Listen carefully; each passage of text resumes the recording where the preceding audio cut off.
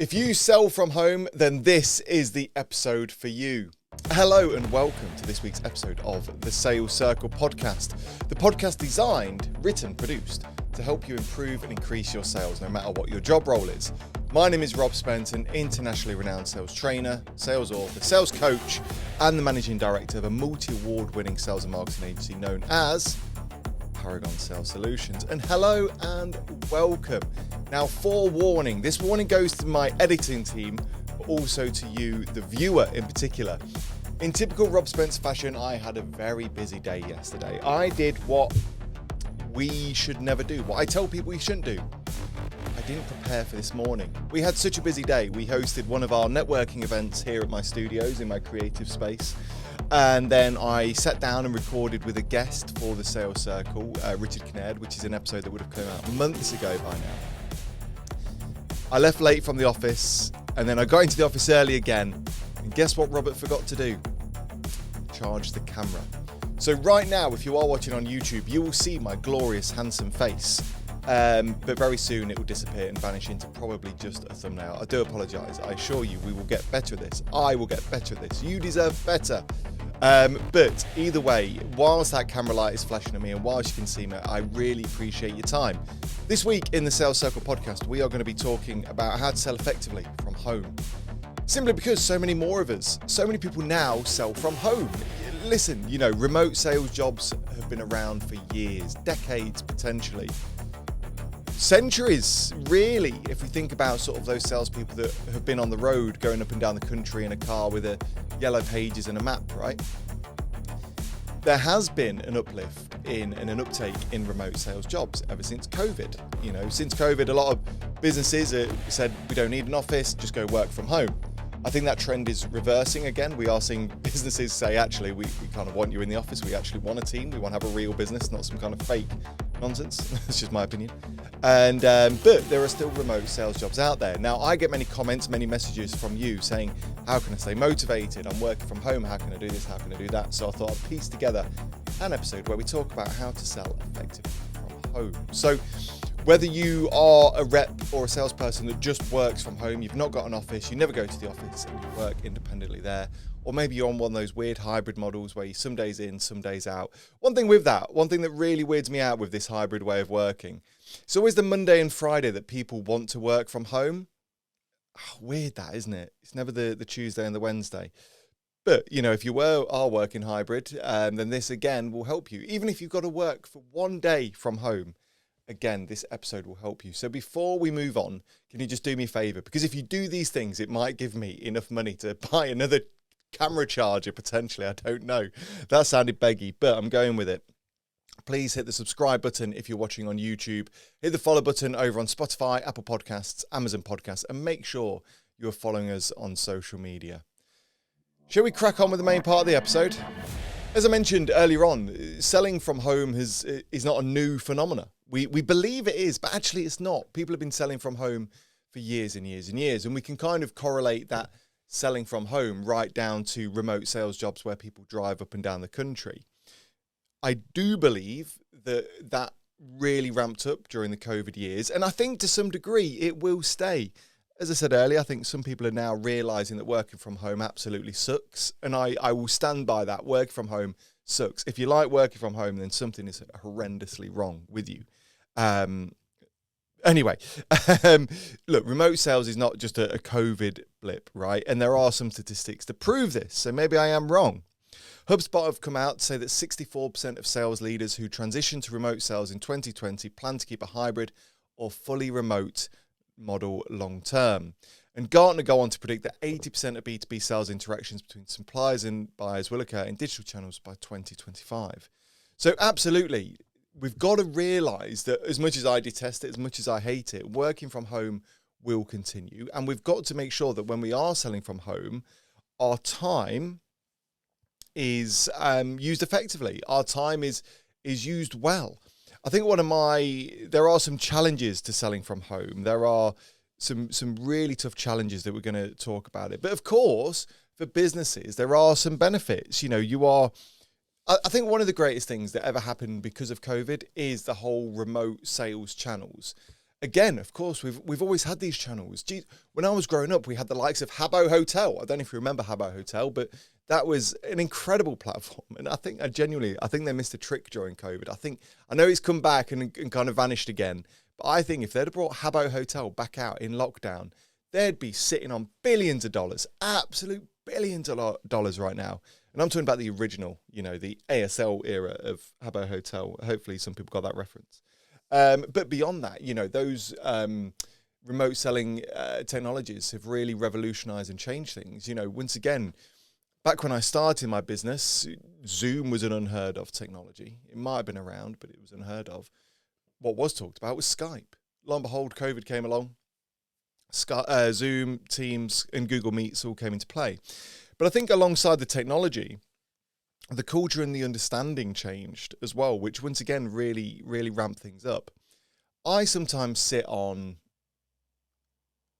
2, maybe 3, on average, I probably sit at least 2 sales meetings per day, right? Of people that want to work with me, that people want to work my business. I do believe wholeheartedly in face-to-face meetings. I much prefer face-to-face meetings. However, if I was to sit 2 meetings per day face-to-face, I would be struggling. I would not be in the office because I'd be on the road and I'd be 20 stone heavier than I am now because all I'm doing is sitting in a car eating Haribo as I drive up and down the country. I think, though that kind of sales technology has helped people to understand that we can do business worldwide. We don't always necessarily have to sit in an office together. I work and I'm friends with a lot of financial advisors, wealth advisors, of whom historically, if they were dealing with someone's wealth, if they were speaking to one of their customers or clients, they would have to drive to their home. It was an absolute must. And bear in mind, some of these meetings were happening 6, 7, 8 o'clock at night because those people would work in the day, they don't have the meeting in the evening. So my friends would be on the road non-stop. Again, nowadays, their deals are done on Zoom and Skype. That then, as a business owner, we've got to realise that does have some cost-effective benefits as well. Again, and I personally don't advise this. A lot of businesses got rid of their offices. They go, we don't need an office. We'll just do everything remotely. I think it's a false. Personally, look, here are my opinions. I think it's a false economy to some degree. I believe taking on board more technological sale software such as Zoom, Teams, that kind of thing will save money on travel. In theory, will save time. So there are expenditure saves there. But I believe that giving up an office to work remotely to save costs, like I say, is a false economy. Simply because, you can do that. You can stop spending, $1,000, $2,000, sometimes $5,000, $10,000 per month on your rent and whatever. But you've then got to spend more time looking at reports. You've got to spend more time aligning people. You've got to spend more time putting together social meetings. You've got to spend more time talking to team members instead of just seeing them there and then. So that's my opinion anyway. Please, if you want to argue with that, drop a comment. I'd love to hear your thoughts. So anyway, your travel expenses will drop. And of course, that then allows those interactions to be more data rich. Now on Zoom, I've got my AI assistant that takes notes for me. I can then put those AI notes into other softwares to understand keywords, tonalities, pitches, X, Y, Z. There are a lot of challenges to work from home and a lot of challenges when we are selling virtually. As I said, I believe in a face-to-face meeting. I don't think you can devalue that human-to-human selling approach that we should all be encouraging. Nothing beats walking into a room, shaking someone's hand, looking into the whites of their eyes, seeing their office, understanding the vibe, understanding the culture, understanding the tone, seeing people. You can't really do that on a Zoom call. And apologies, YouTube viewers, just like that, the battery has gone. We lasted 10 minutes, which is far longer than what I thought. Please stay tuned. We're going to keep recording. We are going to keep recording, so don't go anywhere. You'll just see a lovely thumbnail of my face. And apologies, again, I will sort this out. So, although there are benefits to selling via Zoom, Teams, Google Meets, whatever, or the telephone, it is harder to build rapport. You can do it if you ask the right questions, talk about the right things, then you can, but it's very hard. If you are using the wrong tools, then of course you may perform poorly. So if you're not using any AI to take hold of your notes, maybe if you're working on a laptop that's camera isn't working, you're going to be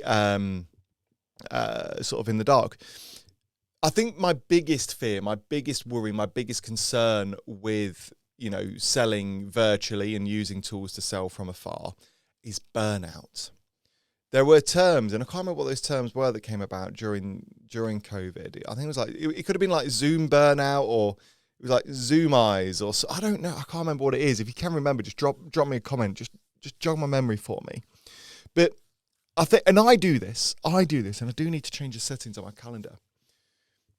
Whenever we have a meeting, we need time to digest that information, to digest the information, allow the information to settle in our minds, but then to come up with a plan of attack in terms of what those next steps are. Whether that is to send a proposal or to book in a further meeting, whatever it is, right? We've got to do those things.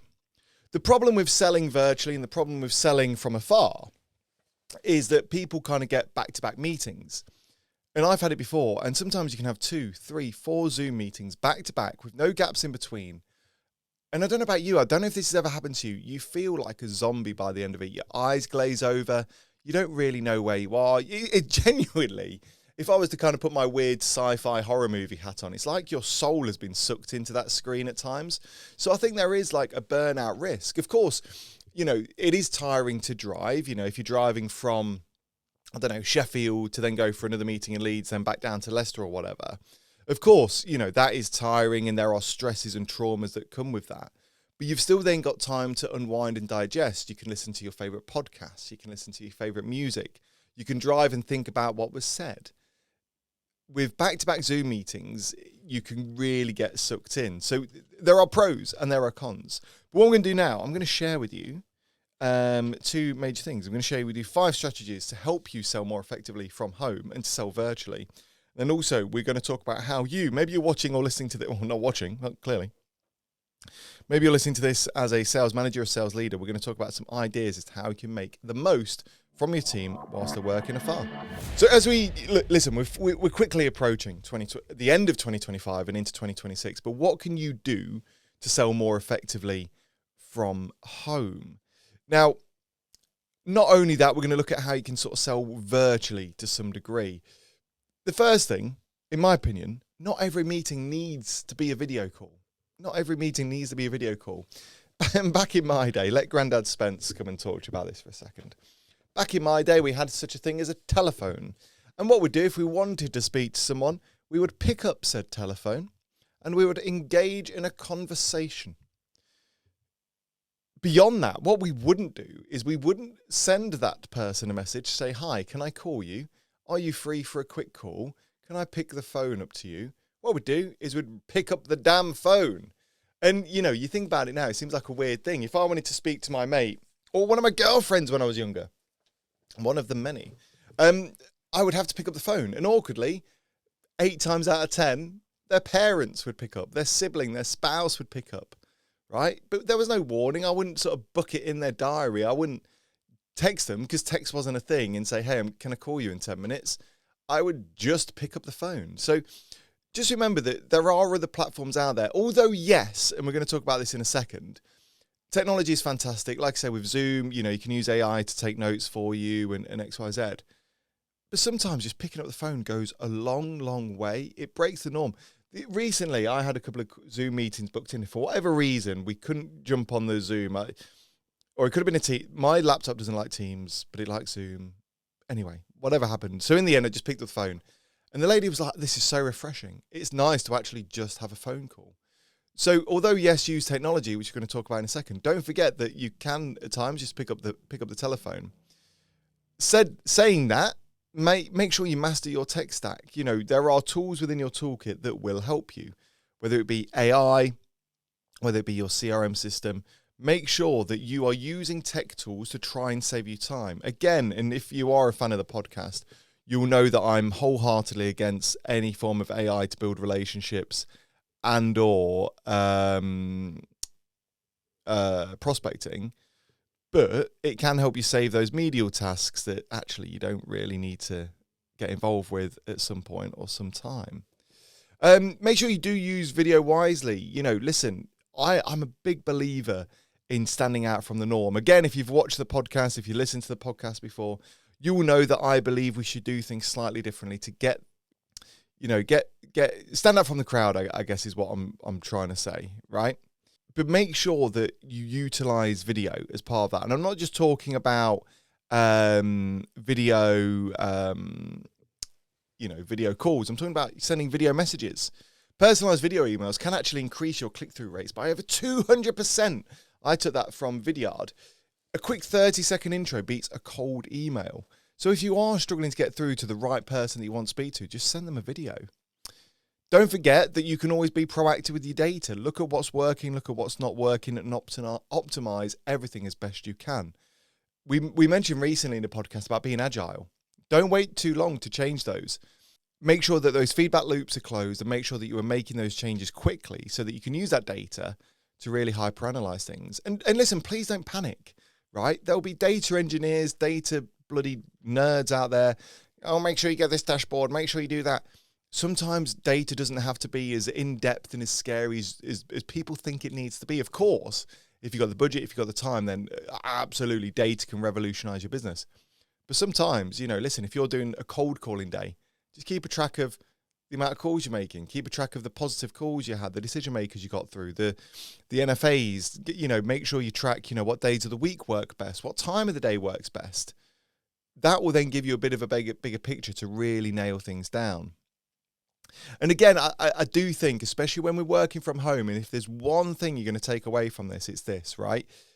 If you are working from home, if you're selling from home, if you're selling virtually, right, make sure you still have the same rhythm, the same structure, and the same consistency, okay? My old boss used to say to me when he took on one of his first sales jobs, he was working from home, and, he thought it was great because he could do what everyone thinks you can do when you work from home. He was like, I get to work in my pajamas. I can just sit here in my pants. I can send my emails from a bed. It's lazy. It's disgusting and horrendous behavior, in my opinion. And he had a meeting with one of his leaders, one of his bosses, who was sat at home in a full 3-piece suit, waistcoat, jacket, tie. And my old boss said to him, what are you doing? He said, well, I feel better and I perform better when I put on my suit of armor. And that's what I want you to do. Think about those things that when you're working from home, what can you do to keep up that consistency and routine? Make sure you're getting up early, going on that morning walk. Make sure you're reading that book, getting it down to your desk nice and early. Make sure you're taking regular breaks. Make sure you have regular water. Go for a walk on your lunch, X, Y, Z.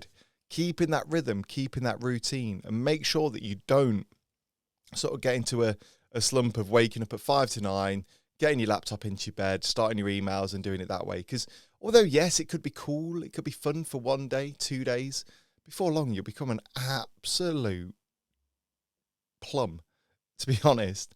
Now, we've just given some tips if you are a what's the word I'm looking for? If you are a rep or if you work from home. But make sure, as a sales manager, you're doing a couple of things. Listen, if you're leading a team, trust your people, right?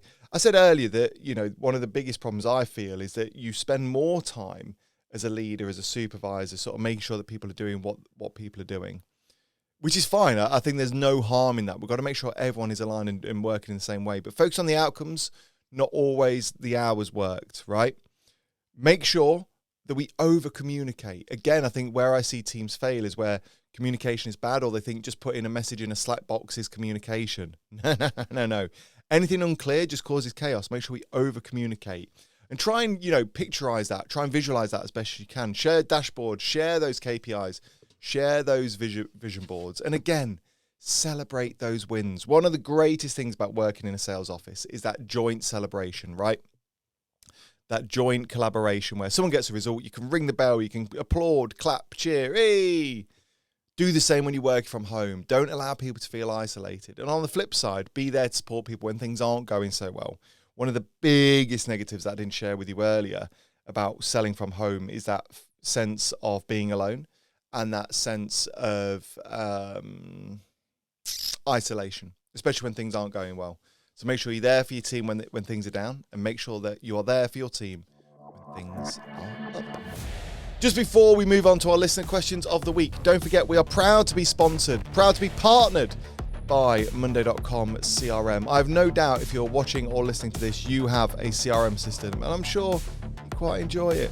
But if you are looking for a different option, if you're looking for something to change your life to something that may be better, something that may be a bit more cost effective, something that may help you make more sales, then why don't you give Monday.com CRM a try?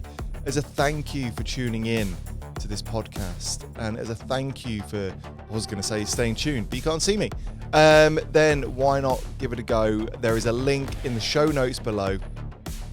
Go click on that, get some free access, get some other little goodies, and let me know what you think. We now move on to our listener questions of the week. Every single week, I ask you to send me in your questions, whether it be about sales, whether it be about marketing, whether it be about business growth. If you've got a question that's really burning on your mind, any questions that you need help with, just email in. You can email me, thesalescircleofficial@gmail.com. You can even find me on LinkedIn. Or, of course, you can also find me on any of our social media platforms as well. So please do check us out and send in those questions, which is exactly what Sarah's done. Sarah says, how can I build rapport without meeting someone in person? Listen, although I said utilize, phone calls, look, when we look at communication, we know that visual and body language are key. We know that tonality and the way in which we speak are key. We actually know that words don't necessarily matter half the time. I think it's like 7% of a weighted impact. Words mean nothing at times. Video, therefore, is fantastic. Telephone call, therefore, is fantastic. And just make sure you personalize things and treat that meeting no different to anything else. Personalize, build that rapport, ask those questions, build that friendship, right? That's probably some of the best ways. And sometimes that comes down to questioning and research. James has written in to say, how do I manage my time effectively from working from home? Yeah, listen, it's tough, and in full transparency, I struggled. And I didn't struggle for the ways in which you maybe think I did struggle. Many people struggle because, they get caught up in doing the washing, mowing the lawn, taking the parcels in, putting the washing out on the line, making the bed, doing all this, right? What I really struggled with, was overworking. I was at home and I felt guilty if I was doing anything but working, especially when I was growing the business. I felt good. I've got stuff to do. I can't sit down. I can't rest. And I burnt out. And man, I burnt out bad, man. Right? And please, James, don't do that whatsoever. Just use time blocks. Block everything out in your diary, right? Make sure that you treat your day no differently to a day like you would in the office. I would recommend, listen, if you're working from home, let's say you start at 9, at 8:30, go on a commute. Obviously, I want to look after the planet, so don't go on a drive, but just go around and walk around the block. Break that cycle. And again, at the end of the day, at 5 o'clock, make sure, especially if you are in home, and especially if you don't have an office that you can lock up, move your devices, hide your devices, put them away in a laptop bag, get rid of them, hide them. It's now your time, right? And then once you've done that, again, go on another commute, walk home. It will really help. And finally, this is a great question. What tech do I need to succeed remotely? Listen, as a minimum, you need your mobile phone. Absolute minimum, you need a mobile phone so you can call people, you can text people, you can WhatsApp people, you can use LinkedIn, right? Moving a step further, make sure that your webcam and microphone are fantastic. If you are going to be doing any kind of video calls, the worst thing that you need is a really echoey microphone, a really dodgy webcam with a horrible background full of mess, clutter, and poor lighting. So really invest in your little setup. Of course, a reliable CRM like Monday.com, there's a link in the show notes for you to get yours. Is fantastic. A call scheduler, I think, is always great. I use Calendly because it's fantastic. People can just book in and speak to me, and that automatically goes into my Zoom as well. And of course, any of the video tools like Loom, I talk about a lot. Loom is fantastic to send video messages to people. You can always see what people are watching, how far they've watched, what they've commented as well. As a minimum, just get your mobile phone. To be fair, you could. It'd be awkward and clunky and funky, but you could, to some degree, start a business, run a business through your mobile phone. That's sometimes all you need. But thanks so much for sending in those messages. I love the listeners' questions. Again, if you've got any questions, anything that you want to ask, email in thesalescircleofficial@gmail.com or find me on social media and send me a message and I'll read it out. This week's book recommendation isn't necessarily a sales book. However, it will help with sales, but it will also help with emotional intelligence. It will help with business. It will help with negotiation. It will help with your personal life as well. We're talking about The Art of War by Sun Tao. Now, I believe it's Sun Tao. The author's name is actually Sun Tzu, so like Sun Tzu. However, I believe it's Sun Tao. The Art of War is a fantastic business book because it's not a business book. However, if you take on the lessons, the learnings, the philosophies, the strategies, and relate that into sales, marketing, negotiation, business, then you will be on to an absolute winner. And this was recommended to me years ago. I became known within my company as the book guy. I used to read books left, right, and centre. And someone said, you need to read this. It's a great business book. I'll read the blurb to you. It says, for more than 2,000 years, Sun Tao's The Art of War has provided leaders with profound insights into the use of skill, tactics, psychology, and discipline to outwit opponents. Said to have inspired Napoleon and used by Mao Zedong and General Douglas MacArthur, as well as many famous business gurus, politicians, and sports stars, its ancient words of wisdom provide a touchstone for today's managers and executives fighting their own boardroom battles. This essential guide to winning shows you how to become an effective leader, gain advantage in your market, create unbeatable strategies, understand your competitors, know when to attack, and to retreat. If you don't know, Sun Tao, let's have a look. I'll just give you a little bit more of a brief synopsis. We've got some time. Little is known for definite about Sun Tao, who lived approximately 544 to 496 BC. And his life during... That's funny. I've never looked at it like that, because I guess anything BC goes down in time, doesn't it? What a revelation. And his life during the Warring States period after the decline of the Zhou dynasty, but his classic The Art of War had been one of the central works of Chinese literature for 2,500 years. So listen, if you're looking for a business book that's a little bit different, that will get you thinking, this is not a book where you can read something and go, I now know exactly how to do this. This is a book where you read a bit and you think. So I'll just read a little bit. I guess I'm allowed to. It says, strategic offensive. Master Sun said, in war, better take a state intact than destroy it. Better take an army, a regiment, a detachment, a company intact than destroy them. It's quite weirdly a poetic book. So if you do want a copy of The Art of War, then I'll leave a link for you to buy your own copy in the show notes below. And that about wraps us up for another episode of the Sales Circle podcast. As always, thank you so much for staying tuned. If you are stumbling across us on YouTube, again, as always, I apologise that I'm useless at charging batteries. If it's not the battery, it's the SD card, and I do apologise. But if you have stayed tuned this long on Spotify, Apple Podcasts, Amazon Podcasts, wherever you're streaming this, then a massive thank you. These episodes come out every single Thursday, and we are absolutely running up a backlog right up until the early stages of 2026. So make sure you stay tuned, and please, please, please share it with a colleague, share it with a peer. Why don't you share a link on your LinkedIn? Thank you so much for listening, and until next week, all the best. And that's it for another episode of the Sales Circle. Make sure you hit that follow button, join us over on social media, and we'll see you next week.